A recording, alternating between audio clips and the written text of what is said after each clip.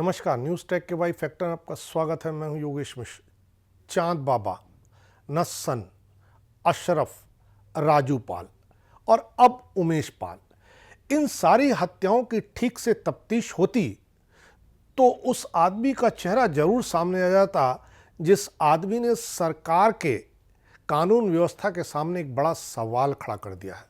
बीते दिनों प्रयागराज में दिन दहाड़े उमेश पाल की हत्या करके उसने बता दिया है कि सरकार के सारे दावे कानून व्यवस्था के बेईमानी है।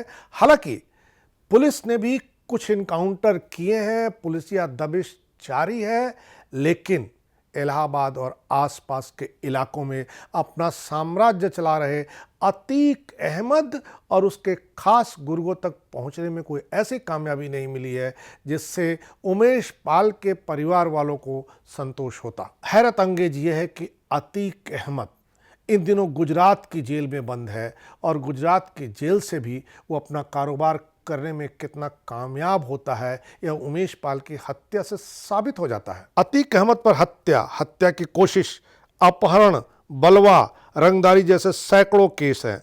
उसके ऊपर 1989 में चांद बाबा की हत्या, 2002 में नस्सन की हत्या, 2004 में डॉक्टर मुरली मनोहर जोशी के करीबी बीजेपी नेता अशरफ की हत्या और 2005 में बसपा विधायक राजू पाल की हत्या का आरोप है। ऐसे में यह जानना जरूरी हो जाता है कि आखिर अतीक की कहानी क्या है। अतीक एक छोटा सा शख्स कैसे इतनी ऊंचाई छू गया कि वो सरकार के लिए सरदर्द बन गया है। उसका एक इलाके में बड़ा साम्राज्य चलता है और उत्तर प्रदेश के कई बड़े जिलों में उसकी अपनी तूती बोलती है, उसकी शान शौकत देखते ही बनती है। इनके पिता का नाम फिरोज अहमद था। महज 17 साल की उम्र में अतीक पर हत्या का पहला आरोप लगा। उस समय पुराने शहर में चांद बाबा नामक बदमाश का दौर था। पुलिस और नेता दोनों चांद बाबा के खौफ को खत्म करना चाहते थे, लिहाजा अतीक अहमद को पुलिस और नेताओं का साथ मिला। लेकिन आगे चलकर अतीक अहमद चांद बाबा से ज़्यादा खतरनाक हो गया। लूट, अपहरण और हत्या जैसी खौफनाक वारदातों को लगातार अंजाम देने लगा। जिस अतीक को पुलिस ने शह दे रखी थी, अतीक उसी पुलिस के लिए बहुत बड़ा सरदर्द बन गया। अतीक अहमद ने 1996 में शाइस्ता परवीन से निकाह किया। दोनों के 5 बेटे हैं, मोहम्मद उमर, मोहम्मद अली, मोहम्मद असद, मोहम्मद अहजम और मोहम्मद आबाम। अतीक के 5 में से 4 बेटों का आपराधिक रिकॉर्ड है। 2 बेटे मोहम्मद उमर और मोहम्मद अली जेल में हैं, जबकि 2 बेटे मोहम्मद अहजम और मोहम्मद आबान पुलिस हिरासत में हैं। मोहम्मद उमर पर रंगदारी का आरोप है। उस पर 2 लाख रुपए का इनाम था। पिछले साल अगस्त में सीबीआई के सामने उसने सरेंडर कर दिया। मोहम्मद अली पर हत्या की कोशिश का मामला दर्ज है। हाल ही में उसे इलाहाबाद हाई कोर्ट से जमानत मिली है। हालांकि अली के खिलाफ एक और क्रिमिनल केस है, इसीलिए वह जेल से बाहर नहीं आ सका। अतीक के 2 बेटों को उमेश पाल हत्याकांड के मामले में पुलिस ने हिरासत में लिया है। 1989 में अतीक ने देखा कि उसका रसूख इतना बढ़ गया है कि उसे राजनीति की ओर कदम बढ़ाना चाहिए और वो इलाहाबाद के शहर पश्चिमी से चुनाव के लिए मैदान में उतरा। अतीक का इस चुनाव में मुकाबला अपने चिर प्रतिद्वंदी चांद बाबा से था। इसमें भी अतीक ने बाजी मारी, अपनी दहशत के चलते चुनाव जीता और कुछ दिनों बाद दिन दहाड़े चांद बाबा की हत्या कर दी। साल 1991 और 93 में भी अतीक निर्दलीय चुनाव जीते। साल 95 में लखनऊ के चर्चित गेस्ट हाउस कांड में भी अतीक का नाम सामने आया। साल 1996 में वह सपा के टिकट पर विधायक बना। साल 1999 में अपना दल के टिकट पर प्रतापगढ़ से चुनाव लड़ा और हार गया।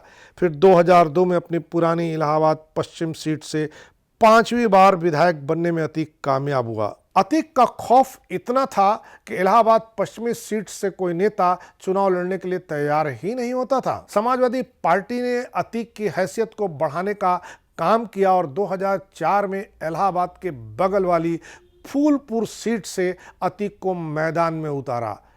यह जानना जरूरी है कि सीट से कभी जनेश्वर मिश्रा और जवाहरलाल नेहरू जैसे लोग चुनाव लड़ते थे।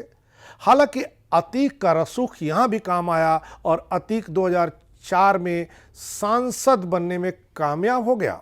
उस वक्त अतीक इलाहाबाद पश्चिमी सीट से विधायक था। 2012 के यूपी विधानसभा चुनाव के वक्त अतीक अहमद जेल में ही था। उसने चुनाव लड़ने के लिए इलाहाबाद हाई कोर्ट में जमानत के लिए अर्जी दी, लेकिन हाई कोर्ट के 10 जजों ने केस की सुनवाई से ही खुद को अलग कर लिया। 11वें जज ने सुनवाई की और अतीक अहमद को जमानत मिल गई। उस चुनाव में अतीक अहमद जीत नहीं पाया और राजू पाल, जिसकी हत्या अतीक अहमद ने कर दी थी, उसकी पत्नी पूजा पाल ने अतीक को हरा दिया। 2014 में जब नरेंद्र मोदी का काल आया और देश भर उन्हें सर माथे पर बिठा के घूम रहा था, उस समय भी अतीक ने चुनाव लड़ने का दुस्साहस किया और 2014 में वह श्रावस्ती सीट से चुनाव मैदान में उतरा, लेकिन भारतीय जनता पार्टी के दद्दन मिश्रा ने अतीक को पटखनी दे दी, क्योंकि श्रावस्ती से बहुत दूर था। श्रावस्ती अतीक की पिच नहीं थी। 2004 में सांसद बनने के बाद अतीक को विधायकी छोड़नी पड़ी। इसके बाद हुए उपचुनाव में समाजवादी पार्टी ने अतीक के छोटे भाई अशरफ को उम्मीदवार बनाया, जबकि बसपा की ओर से राजू पाल मैदान में थे। उपचुनाव में राजू पाल की जीत हुई। कभी राजू पाल अतीक अहमद का खासम खास हुआ करता था, लेकिन बाद में प्रतिद्वंदी हो गया। 25 जनवरी 2005 को राजू पाल की दिन दहाड़े गोली मारकर हत्या कर दी गई। इस हत्याकांड में अतीक और अशरफ का नाम सामने आया। राजू पाल हत्याकांड के मुख्य गवाह उमेश पाल थे, जिन्हें लगातार धमकियां मिल रही थीं। अतीक अहमद ये जानते थे कि उमेश पाल की गवाही के बाद उनके लिए बचना बहुत ही मुश्किल हो जाएगा। अदालत के आदेश के बाद उमेश पाल को राज्य सरकार की ओर से सुरक्षा मिली थी, लेकिन राज्य सरकार की सुरक्षा के बीच ही अतीक के गुर्गों ने उमेश पाल को दिन दहाड़े प्रयागराज में गोलियों से भून दिया।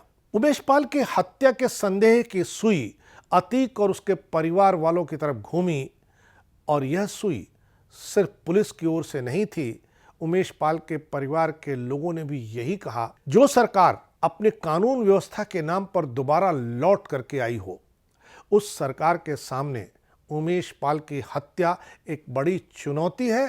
देखना है इस चुनौती से कैसे यह सरकार निपटती है और अतीक अहमद जैसे माफियाओं के साम्राज्य को ध्वस्त करने में कितना कामयाब होती है, कैसे उनके मंसूबों को सरकार ध्वस्त करती है। हालांकि मुख्यमंत्री योगी आदित्यनाथ बुलडोजर बाबा हैं, और यह बुलडोजर बाबा का लिटमस टेस्ट भी है।